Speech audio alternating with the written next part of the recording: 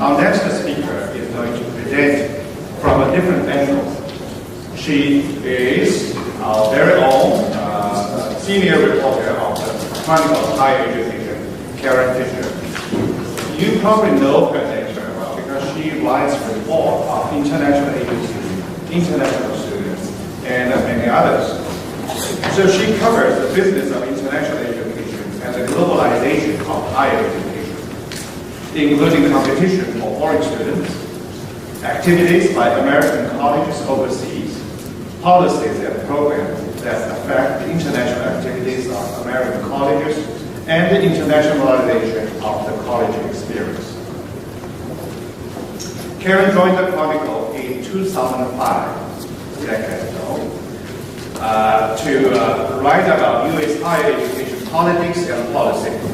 She previously worked for Kiplinger Washington editors, media news group's Washington Bureau, the Charleston, West Virginia Daily Mail, and the Daily Hampshire, Massachusetts. Her work has also appeared in the New York Times, Washington Monthly, and George Magazine. In 2010, Karin was one of the 10 reporters selected to be selected for the East-West Center's Jefferson Fellowship Program for study and reporting in Asia. She also is a recipient of the Paul Miller Washington Reporting Fellowship and a National Press Foundation Fellowship on the business of higher education. She is part of the reporting teams that have been honored with the Utne Independent Press Award for Best Political Coverage and by the Education Writers Association for the articles Asia Rising / American Falling and the Towns, Gowns, and Taxes series. A graduate of Smith College, she also was a recipient of the Poynter Institute News Reporting and Writing Fellowship for college graduates, which recognizes a dozen outstanding young journalists annually. Ladies and gentlemen, let's welcome Karin Fischer.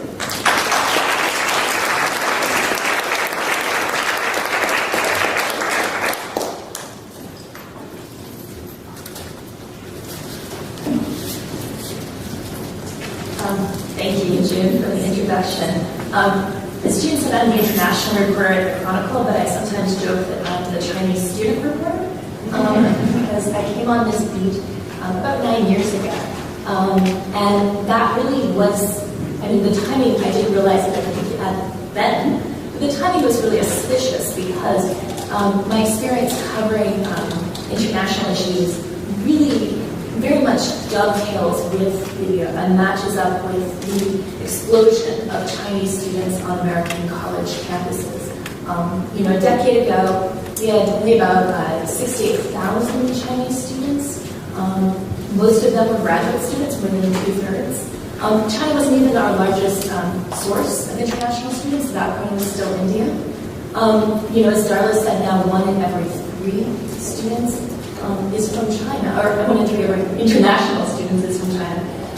Sometimes it seems like 1 in every 3 on certain campuses. But so I say this because, aside from making myself feel old, I just feel like I've seen kind of the life cycle of students. There are students who I started covering when they were freshmen, who have now graduated, and I have seen them go back to China and looked at sort of how this whole process has worked. I know that the title of this conference, this forum, is Beyond Recruitment, but I'm going to start by talking about recruitment. One of the things that June asked me to talk about is sort of what this trend, what this phenomenon has really meant both for the students and for the colleges in the ways that it has and has not worked for both of them. And I think when we're talking about the challenges, and Darla outlined many of them that we see for Chinese students, it really begins with the recruitment process. As I mentioned before, when this whole sort of wave of Chinese students started to come to American campuses, up to that point, most of our Chinese students have been at the graduate level, and thus that was really the way that recruitment happened. There would be faculty members who had, faculty colleagues at Chinese universities, in physics or in chemistry, in engineering, and they would send their best students here to be graduate students. There was almost like a pipeline. The numbers of colleges, like my own, as you mentioned, I went to Smith. You did see, eons ago when I was in college, we did have a fairly large percentage of our population, our student body, who was international. We had one mainland Chinese student in my class. But those colleges also had a very specific pipeline that they were recruiting to, because these were very, very elite students typically, and so they were going to very specific schools. Oftentimes these students weren't even studying in their home countries. They were studying elsewhere in international schools and programs. And so I didn't fully appreciate this when I came on the beat, but it became very, very clear because, as Darla and Jim both suggested, I think a lot of the conversation for a while really was so focused on recruitment. And that was because both sides really were feeling their way. Not only did the colleges really not know where to go and recruit undergraduate students, and while Sally pointed out, we're now 50-50 in terms of our Chinese student population, really the massive amount of growth has come at the undergraduate level. So our colleges really didn't know where they should go, where they should find the students, how they should evaluate them, who was the best fit. And the Chinese students were really very unprepared as we sort of had this more massification of the market. They were really unprepared for what it takes to apply to an American university. And that's simply because of the way that the Chinese system works. You take the Gaokao, the Chinese college entrance exam, how you do on it depends not only if you go to college, it determines where you go, it determines often what you study. And so the students and their families were really coming to the American college admissions process in somewhat of the same way. And so it's understandable then that they would think of the TOEFL or the SAT as kind of an all or nothing thing. And it really raised the stakes, and it really kind of determined a little bit how those students were preparing for those exams. And so you had a rise of these cram schools, which we've seen in other countries like Korea. The students sort of, spending all their time memorizing vocabulary words to succeed on the TOEFL.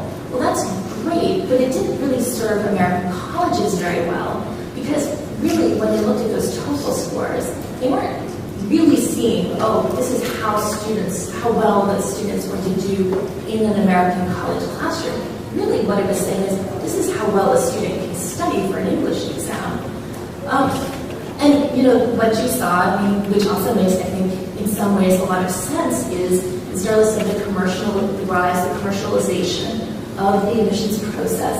I think we talk a lot about agents in this country. A lot of the debate has been around American colleges hiring them, but what was really happening in China was Chinese families were hiring people to help guide them through the admissions process.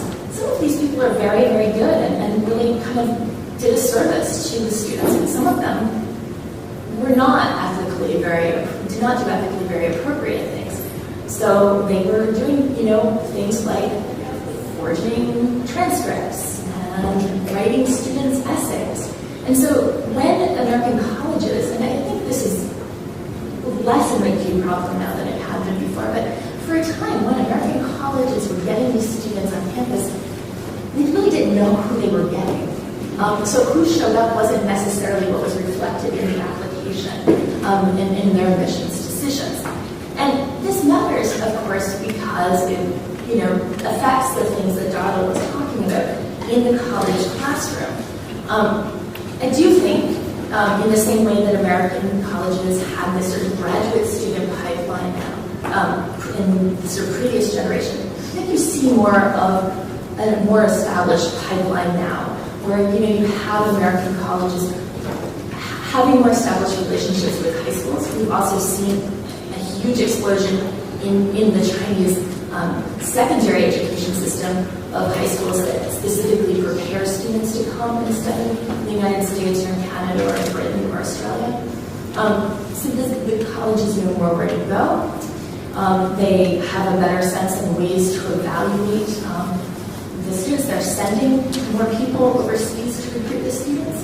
And the students themselves are savvier. I mean, I was in China last year and to do a story specifically on recruitment, and I had a lot of students really take great pride in telling me, I did not hire anybody to help me. I have made this admission, this application, it's on me. That said, what we see though is sort of more of a bifurcation of the market. And so you have a whole host of colleges that have been doing this now for 10 years or more. They're getting a lot savvier. You have a whole group of students in Shanghai, and Beijing, and Shenzhen, and Guangzhou who are also more familiar with the process, who have classmates and friends who've made it through and gone to study in America.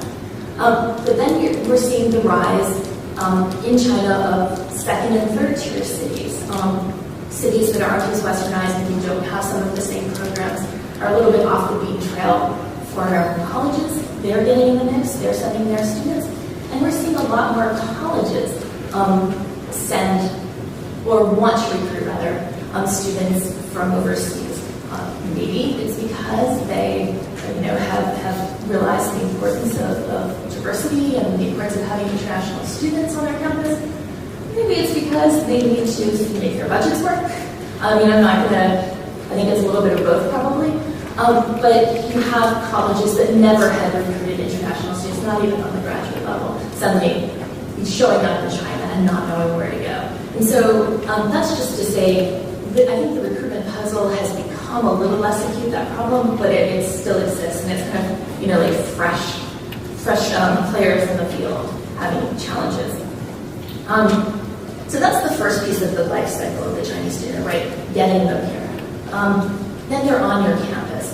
Darla talked a bit about the classroom. June and Agnes also are going to talk more about that, so I won't spend a lot of time on it, except to say this. I think it's really a double-edged sword.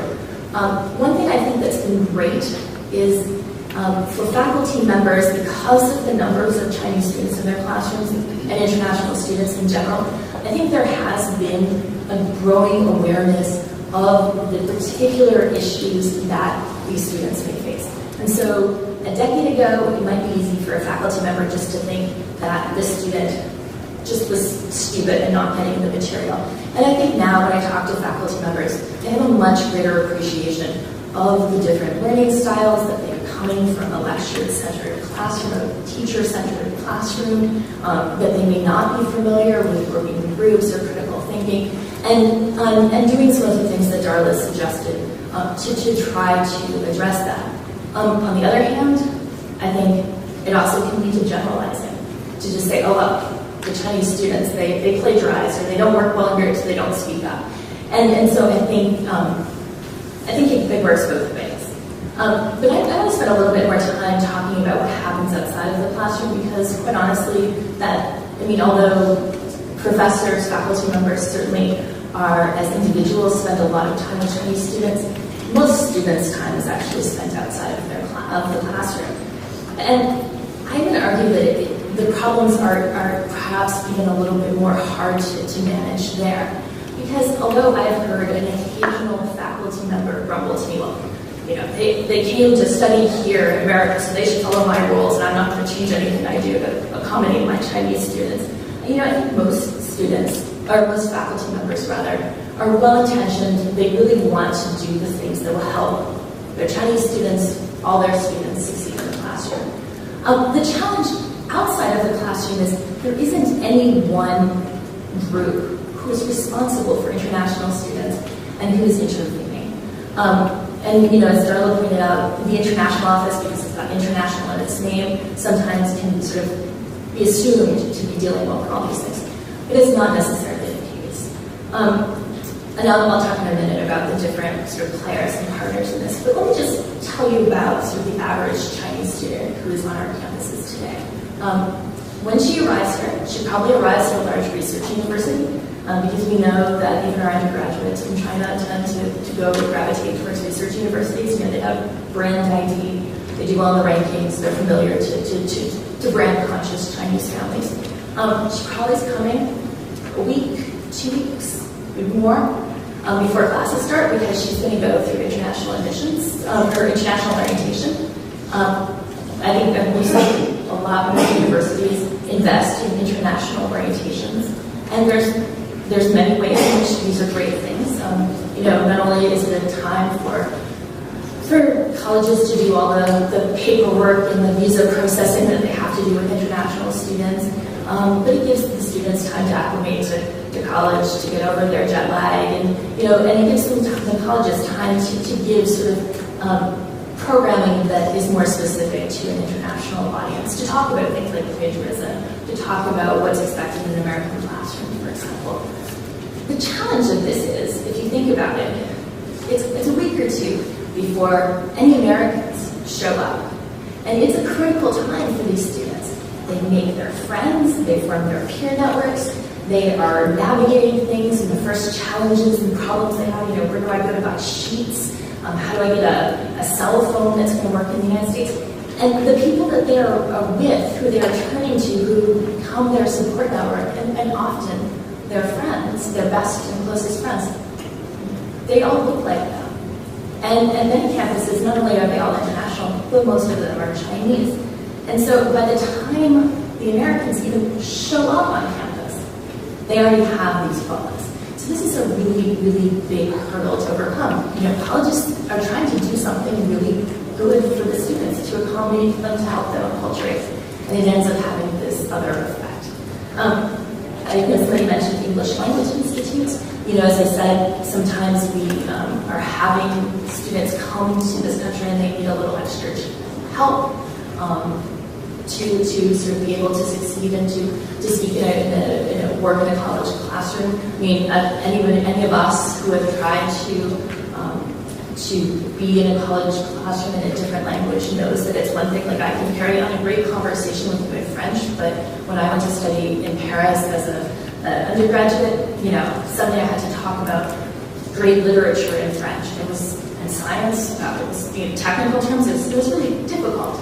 And so the ELIs, English Language Institutes, provide a really helpful service. Well, what do they also do? They also provide a place where you're separated from the rest of the student body. And if you go to an English language classroom today on most of our campuses, you'll see Chinese students, Brazilian students, Saudis, and honestly, the Brazilians and the Saudis aren't coming in as large numbers, so they're very, very Chinese. And so it's, again, a time where, we're really trying to help the students, but it's also reinforcing some of the social challenges that they have on campus. Then there's housing. Darla had a Chinese roommate. That is very unusual. There are a handful of colleges that have been very interventionist, who have required their international students to have American roommates. It is not necessary. I think a lot of colleges have not done that. They've been leery of, they would like to encourage it, but they let the students make their own choices. And what really tends to happen is that you have your American student at a large state university who wants to room with their friend from high school. And the Chinese student says, well, maybe I don't have my friend from high school here, but I want to be living with somebody who understands me, who gets where I come from, and who really can be a support system for me. And many of the Chinese students that I saw over the years who have had American roommates, by the end of the first semester, they were squatting in their friend's dorm room. They came in with the best of intentions, and then there's no support network within the sort of housing system to sort of make those relationships necessarily work well. When I first would go to campuses, I started to notice that I would go to campuses and there would be entire floors, sometimes entire residence halls that were all Chinese or all international. And sometimes this was happening, sort of initially because the American domestic students, they would come to campus, they would know sort of, oh, this is the cool dorm to live in, this one near the fraternity row, and so we can go to parties or something. And I would go just to campus after campus and go to visit Chinese students and have to hike halfway across campus because they were getting the less desirable places to live because they were kind of coming late to the sort of housing lottery. Now I've actually seen this get reinforced because now, yeah, sure, that dorm is far out, but it's the Chinese student dorm. And like if you're living there as a Chinese student, you're comfortable. And then, again, this is totally well-meaning, the food services says, oh, the Chinese students, they feel homesick because they don't like the food, so we're going to improve the quality of food. Well, where do most of our Chinese students live? Well, they live in this dorm. Well, why don't we improve the food there? And the Chinese students are like, well, this is the only place that I want to eat the food, so I'm going to live in this residence hall. And so it's all these things that colleges do with good intent, the best of intentions, but increase these kind of social issues. There was a study a couple of years back that looked at international students, not specifically the Chinese students, and they asked the students if they had any American friends. And the majority of the students did not. And I'm afraid, that if we did that study today, it would not be changed. What has changed is the Chinese students know it. 4 or 5 years ago, I did a story I spent a year going to a college campus, hanging out with Chinese students going through their freshman year to kind of experience it with them. And I had this one really incredibly kind of compelling student who, the thing he wanted most was to have an American friend. And it was probably like 6 or 8 months into me going and hanging out with him for a week at a time. And he looked at me and he's like, Karin, you're my one American friend. My heart broke because I'm a reporter. And, also I'm Canadian. But, that was then. And now I go and talk to students, leaders and students. This is a student actually that I was in her family who I spoke to in the recruitment process. And a lot of the students say to me, I know it's going to be tough for me to make American friends. Some of them accept it. Some of them are sort of strategizing and trying to be intentional. I have one student show me the list of colleges he was applying to, and I was like, what's guiding your college choices here? And he said, I looked up the number of Chinese students on these campuses, and these have very few Chinese students. I'll have to make American friends. And, that's great that he made the initiative, but it's also a little heartbreaking as well. And why this matters, of course, is as Darla said, we can't just simply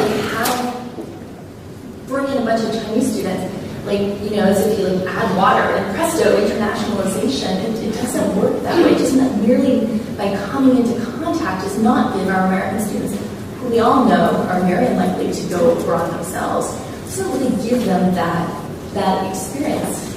And the Chinese students, like I said, they come in with greater awareness. And Sally and I were talking about this, a moment ago when we were looking at some of Darla's slides. But we also talk about this as the challenge, the problem for Chinese students or with Chinese students. But isn't this in some ways the problem with our American students too? The Chinese students actually come in with a bit of an edge. Most of them now, if they're here on our campuses as undergraduates, have been preparing for this, have been planning for 4 or 5 years to come. And the Chinese students are, they're exposed to American culture, they see American movies, they watch Friends or whatever, and, it's not like Friends is going to give you a really super accurate portrait of what it's like to be a young adult in the United States, but it's a whole lot better than, what our American students are seeing. They're not watching the Chinese equivalent of Friends. And, I think a lot, frankly, of our American students come to campus and they're like, there's a bunch of students from China, these girls down the hall are from China. And that's the first time that they've ever given any thought to this. And so I think one of the big challenges is for American colleges to figure out ways to talk to their own domestic students, to prepare them for the students who are here on their campuses, who are their classmates. As I said, I think one of the issues is how much do we intervene, who does the intervention. I think a lot of times it's just put in the international students' offices lap. I think international students' offices can't see this one, sorry. We're getting much better at doing this, but when I first was on the beat, I was hearing from SIOs about how much they were struggling with these issues, and I soon came to realize, well, of course they're struggling because they were just getting graduate students, so they would show up and they would process their visas and they would help them, find a graduate student housing, maybe give them a list of schools to enroll their children in, and then they were fine. But these are 17 and 18-year-olds, and they need a lot more interventions. They require skills that are not about the sort of visa processing services that used to be the bulk of international students' roles. That stuff is sort of typically the work of student services or student affairs offices. But those student services and student affairs offices were very much domestically oriented. They weren't really thinking about, when they were thinking about, say, how to deal with diversity and how to deal with that kind of acculturation issues. And they were thinking about their domestic audiences, and they don't necessarily have the cultural competencies to deal with the Chinese students. How do you get the international offices who have the people with that kind of know-how working in concert with the student services offices? And then there's housing. How do you bring them in? How do you bring the people responsible for food? Because God, we all know that there's nothing more important for homesick students than food. It really gives you a sense of home. So how do you get all of these different players in a very siloed institution to work together, to collaborate? I know Jean mentioned there's a task force here. I see that happening quite often on campuses, where really people are taking a step back and looking and saying, okay, what do we really have to do? How can we be thoughtful? How can we all work together to make this succeed? I have the luxury, like I said, of going to a small campus where those kind of interactions can happen just merely by walking down. That our Dean of International Students had, while there was a high percentage of students, he had maybe a couple hundred students. He knew everybody's name. He could walk down the hall and talk to the provost, and if he knew one of his students was having challenges in the classroom, and he could talk to the people in charge of on-campus jobs if the student needed to get work. But it's really not that possible. It's really much more challenging for our institutions that tend to get the bulk of our Chinese students. If we're defining Stardust as success, what does success look like? I would say success is about having a positive experience. And I sometimes truly wonder. I kept in touch with the student I mentioned, the one who I was his only Canadian American friend. And he did make friends after a while. He finally did. He was very aggressive about it, but and very intentional. But he did. But he was also unusual. And how many students at a certain point are going to just say, well, you know what, this just isn't working out for me, and I've got my Chinese friends and my support network, and I'm okay. But I worry that if that's what happens, is that success? Are they coming away with a truly positive experience? Do they feel like they've had an American college experience? So that's the second part of the life cycle. The third part of the life cycle is what happens after graduation. I mentioned I've been doing this job for almost a decade, and from the get-go, the question I got the most when I would talk with Chinese students and Chinese families was, what's going to happen after my student graduates? What's going to be the outcome for the students? I would sort of demur and I would say, we can't really say yet because there's not enough students who graduated. We don't really have much of a sample size. We do now. We've had a number of classes graduating, go off into the world, and I think what I have to say is at first we were focused on recruitment. Now I think more of the emphasis has been on acculturation and giving our students the best possible experience on our campuses. I think what is going to happen next is thinking about what happens next for them when they leave us, because because they're no longer our students doesn't mean there are alumni, they're still part of our college family, so to speak. I know that Stony Brook does have somebody who specifically works in advising international students in the Career Services Office. That is not something I see at many campuses, unfortunately. And I think in the same way that I mentioned we're siloed for the services we provide students while they're on our campuses, bringing the people who have the career expertise together with the people who have the cultural knowledge is going to be pretty important. 2 or 3 years ago, NAFSA, the Association for International Educators, did a survey. It was sort of a dual survey, actually. They asked educators and international administrators what they thought were the biggest sort of hiccups or challenges for their international students. And then they asked international students about their greatest sources of dissatisfaction. The international students' #1 choice, lack of job and internship experience and support. It was not even on the educators' sort of list of the things that they were most concerned about.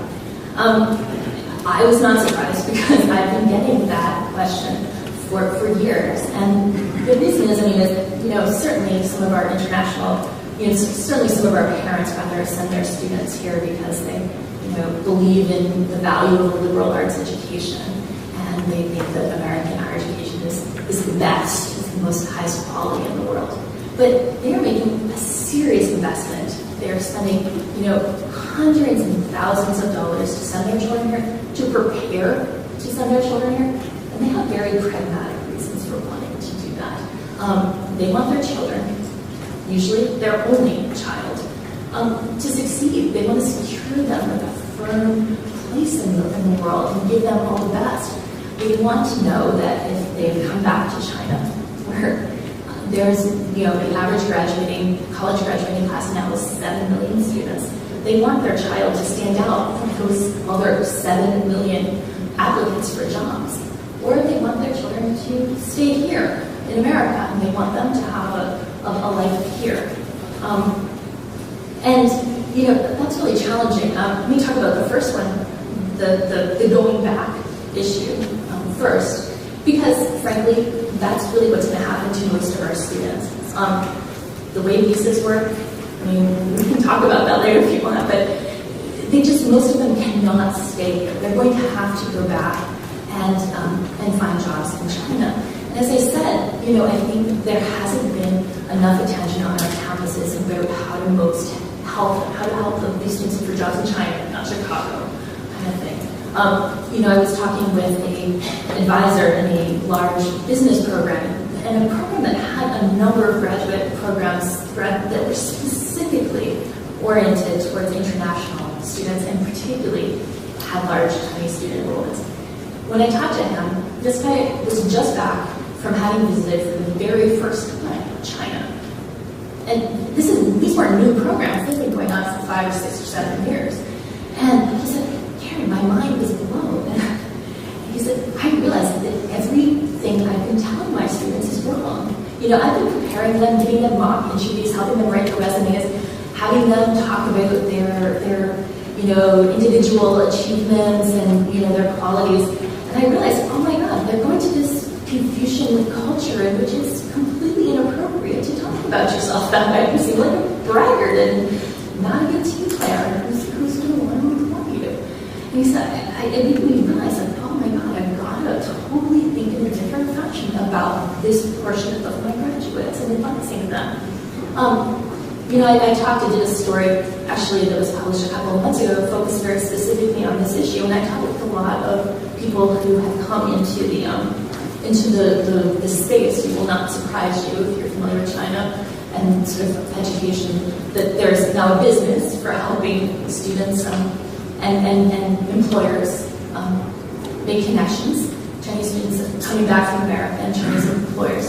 And they said sometimes it's the littlest stuff that's tripping up students and their applications. For example, the paper size and the group processing programs are not necessarily the same. And it stands to reason, if you're dealing with 7 million graduates, a lot of this becomes mechanized. If your document doesn't scan properly, your application gets thrown out. You never even get considered Some of the, and as I said, I think the challenge is going to be, how do we get our colleges to sort of think about these problems on the big level, like how do you talk about yourself? And on the more micro level as well. When I did that story, some of the people I found that were best at thinking about this were folks who didn't have job descriptions that involved anything, that had anything to do with career services. They were people who, as a number of campuses have done, were in the China offices, so in Beijing or Shanghai, representing their university. They were often doing recruitment, or they were doing, facilitating international research partnerships or faculty research. And, but they were the representative of the university in these students' home country when they were returning. And so students were naturally gravitating towards them and looking for help in finding jobs. And I think to sort of carry our life, like the idea of the life cycle, in the same way that recruitment and the success and how one does recruitment affects how well the students are going to succeed on campus, in the very same way, thinking about this next step, the post-graduation step, and the success that students have in finding a job that's the right fit for them, whether in China or in America, also cycles back because it affects recruitment. Because if these pragmatic parents spend all this money, these students studying in the United States, being apart from each other for 4 or 6 years, then you can't get a job. How well have you succeeded? And we haven't really talked about this a lot in international education, but it's surprising in a way because our American students think about this, about college, and our American families think about college in the same way. They talk about value added and career and return on investment. Let me just say a few words before I wrap up, because I know Jean wanted us to have time for conversation and questions if we want to. But so most of our students are going to go back, but some of them do want to stay. And when you talk with international students in general, not just Chinese students, they're very, very fluent in H-1B and OPT and STEM OPT. They really know the ins and outs of the visa system, the immigration system, very, very well. So they know that the odds are against them to being able to stay and work in the United States. They know this, yet I also talk with families, with parents who believe, despite everything that they know, that their child is the unicorn. They will be the one kid who succeeds. And that's going to come to an end at a certain point when it becomes overwhelmingly evident that that they can't keep believing that. But the other thing I think that's happening that may speed that along, so to speak, is the conversation right now about the new administration and the travel ban. And I should say about the travel ban, of all the international students I talk to, the Chinese are the least concerned about the travel ban. When I talk certainly to Middle Eastern students or students from predominantly Muslim countries, they're very, very worried about the travel ban and both the practical idea of will I both be able to come here and get a visa, and then once I get here, can I leave, or am I stuck in the United States for the duration of my studies? And they're concerned about the notion of how welcoming it suggests America is. But Chinese students so far have been less concerned about that. But I do think that they share, though, some of the other international students, is this idea of the sort of signaling effect that the travel ban has, that it sort of says, both, you might not be welcome here, and we might be thinking more about our immigration and visa policy under the new administration. And so I hear a lot of concern from students, from international students, including those from China, about whether or not it's going to become much, much more difficult to have an American work experience. Because even the students who don't think that they will stay or don't want to stay do often want to stay there for a time. Because one of the things that they think, and they're probably quite right, will help them stand out from that crowd of many, many millions of applicants, is having some critical work experience. And that's not something, unlike some of these other things I've suggested, that colleges have a lot of control over, but I think it's worth us thinking about because it could have lasting impacts. I mean, when I think about this as a phenomenon, when I think about how, I really didn't know what I was getting myself into with this job years ago, and I've loved what I do, and it's in part because it's rare, I think, to feel like you're covering something that's really transformative. When President Trump and President Xi sat down last week at Mar-a-Lago, I think they probably didn't talk about higher education. I think it's too bad that they probably didn't, because I do think one of our most important exports to China is knowledge, is our degrees. And I think not only that, but maybe I'm being optimistic here, but I think it can have really important lasting effects, because there's been nothing like this in the past. We've never had as many young people from the two most important, two most powerful countries in the world coming together and being in classrooms and being on campuses together. These are people who today are on our campuses, but tomorrow will be our educators, our business leaders, our political leaders. And what happens, not to think there is any pressure, but I think what is happening on our campuses today really has the potential to be very, very meaningful, ongoing to the relationship between our two countries. But it does require, I think, we can't just, as Darla said, it's not going to be just enough to have these two groups of students coexisting. We really have to think about how to make the best possible fit. So thanks very much.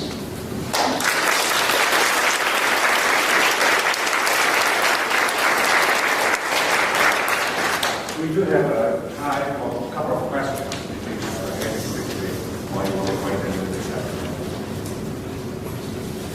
Thank you again.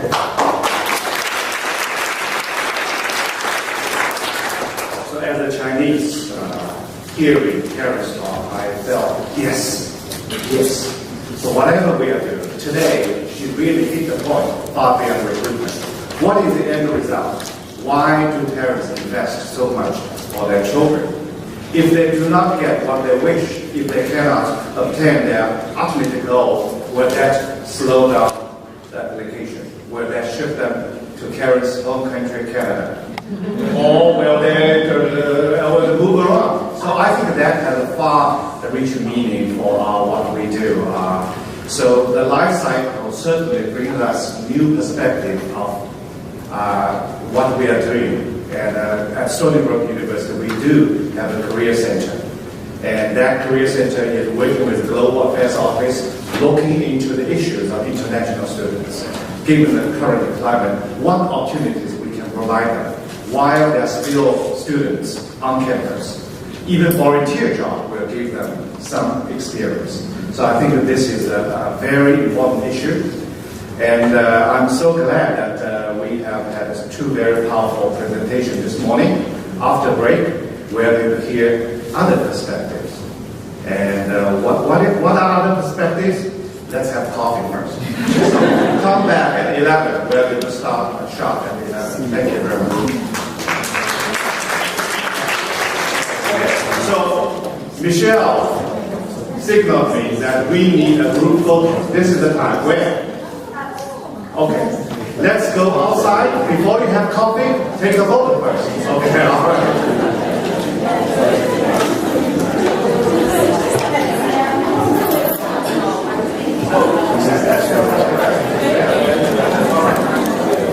Yeah.